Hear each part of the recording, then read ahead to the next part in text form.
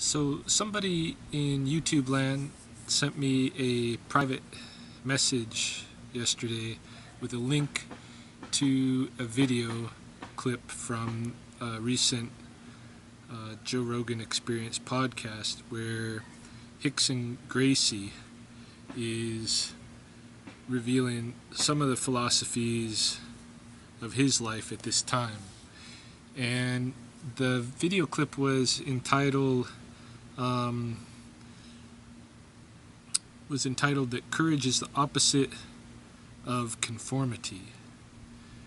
And I'll put a link in the comment or in the description section of this video to the original, because you're going to want to listen to the original. I had actually listened to the podcast the week that it went public, maybe even the day that it went public. I subscribe to the Joe Rogan Experience podcast, and I like to listen to them, when I'm on my way to work, or because I have a long drive, or sometimes I'll listen to them, when I'm taking a bath at night, and listen to the the different discussions and stuff but they're long. They're about 3 hours long usually, and so sometimes I'm really tuned into them, and sometimes it's kind of like background stuff, and I might go on my own daydreaming tangent. And I think that's probably what happened during this part of the Rickson Gracie podcast, because I didn't remember hearing this stuff from this video clip. But I did, I went and when that person sent it to me yesterday, I watched it, listened to it, and considered it. And then I listened to it again this morning because something about it was still, bugging me. I didn't know, exactly why this person sent me the video clip. I still don't know.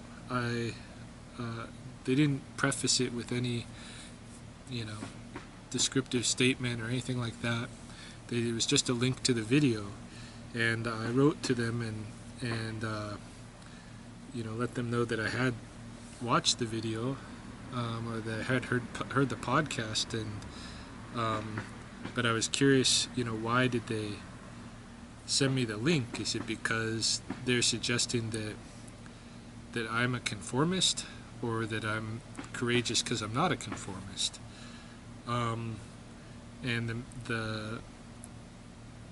the response to my asking that was something pretty cryptic about, how he didn't agree with ground grappling or something like that. I don't know how you can not agree with a range of fighting, but that's for an issue for another video. But I know what he was getting on about a little bit, and so maybe he sent it to me because I've been posting some ground grappling videos. I have had a little bit of feedback on that, most of it very positive, but I have had some negative as well. Somebody put a comment on one of my videos about how I should take my gay porn elsewhere. I don't know how he got gay porn out of me doing jiu-jitsu practice with my sister-in-law, but whatever. And even if I had been doing it with another guy, it doesn't make sense. It's silly. It's immature nonsense. So, any case, I don't know why the video was sent to me, but I wanted to give it serious consideration anyway, because whatever the purpose was doesn't really matter, but there's a message in there in what Rickson Gracie was saying that was enough that somebody in the Joe Rogan Experience thought it was important and culled it out of the 3 hours. This is a less than 10-minute piece, and put it as a separate video for people to look at. And so I looked at it again and then again, and there is a very wise set of messages in there. It's not just it's hard to say it's just one message. It is a theme that goes on through this video, but there's several associated messages in there, all of them really intelligent. And we can just start with the theme that's at the title, which is that courage is the opposite of conformity. And what Rickson says in the video is that, in his younger years, he thought that the opposite of courage was cowardice. And he was a fighter, and when he would go to fight, he would tell himself it's a good day to die, and he was going into the ring to either win or die. And he did a lot of winning. But any case, he looked at it as those opposites of courage versus cowardice. He says now that he's older, he looks at it as the opposite of courage is conformity. And what he's saying here is that, and he goes into a little bit more detail, of course, is that we get caught up in these institutions that we're afraid to go against, even if those institutions are oppressing some of the core stuff that makes us who we are. I think he was speaking about the soul, and for instance, you have a job that is not working out well for you. You're not able to pursue your passions through it. It takes, you have to take serious time away from your loved ones for it. There's all these sacrifices, and these things, like your passions, your health, your good health, your loved ones, these are the kind of things that he talks about as being, money can't buy them. They're priceless, and those are the things that we should be living for. And yet often what we're living for are these institutions that are suppressing all of those things that are at the core of who we are, and that are us. And he says, in his, now where he is in his life, he's not willing to be that conformist to the institutions anymore. He has no schedule, any given day. He doesn't have a set of, he's going to do this and this and this and this. No, because he's going to follow whatever it is that he feels like. If he wakes up and he feels like he needs to go stretch, then he's going to go stretch for an hour. Whatever, if he feels like he needs to go eat, then he's going to go eat and do this. And the things that are important, the health, the loved ones, the passions, and these kind of things, those are the things that he's feeding all the time, rather than giving up those things to be in an institution for the safety of it,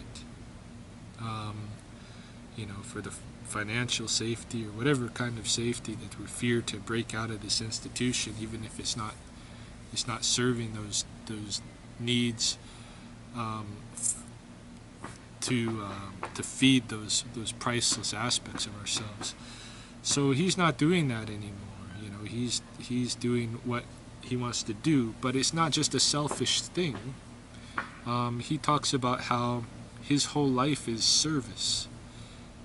This is his whole purpose in life, is service to others. Helping somebody get healthier, helping somebody learn self-defense, helping somebody learn flexibility, helping somebody learn breathing or yoga or what have you. He's given his life over to service, and this is how he sees himself, as one who's serving others, not looking to get paid, although he does get paid, but it's not important. The real importance to him is doing that service and helping others. And what he says, and this is something that I think is very, very wise, is unless he is the best he can be, he's not going to be able to help these others very well. And the only way for him to be the best he can be is to really, feed those appetites that are at the core of his soul. He points out that probably a lot of people are only being 75, 65, 55% of what they could be, because they're conforming so much to these institutions instead of being themselves and following what their needs are.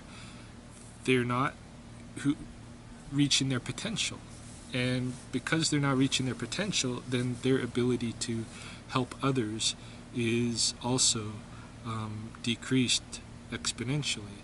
And I think that's a very, very important message for me. Especially that message really hits home, because right now, like, I see my life as a lot of it is purposed towards serving others as well. Serving not only human others, but also human. I'm a college educator. So helping others, and when you're in a situation where some facet of the institution is starting to corrupt you and make you not yourself, suppress your ability to be what you potentially can be, then your ability to help others is diminished. And that's a kind of a situation that unfortunately this year I'm starting to find myself in. I had groomed myself through service, through voluntary service to others, into a skill set that I then applied toward a career that has allowed me to have extreme creative control in my life. But with the change of administration in the institution I work for, that all is threatened, and I'm faced with a scenario where I either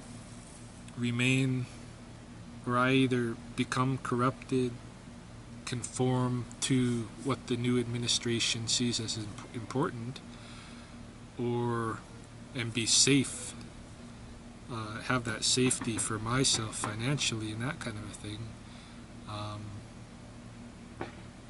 and have the benefits of that employment, or take the risk so that I can continue to operate more fully at my potential, and take the risk of striking out on my own, or finding a different employment. I think striking out on my own would be probably the one option that I would really look at pursuing, after having an experience where I thought I was in a safe situation where I could have that creative control and help others, and to learn that can be taken away so easily with just an administrative political change. So this video really spoke to me, and I highly recommend that people listen to it, listen to what Rickson has to say, and listen very carefully, because I think what he has to say is very, extremely wise words from a man who is obviously very intelligent and has thought about these things, and he has been living them in his life for a while now. And I also recognize that it's easy to say, don't be a conformist, when you've already made your wealth, and you're riding on that. But there's never actually a cap on that wealth, right? So you make so much, there's always another level, and some guys get caught in the pursuit of the finances, and they lose themselves in that, And rather than losing yourself, recognize, well, I think what he's saying is recognize that over here we have some things that money can't buy. And those are the really important things. And you are not an effective person without nurturing those things. And I think that's a very extremely important message.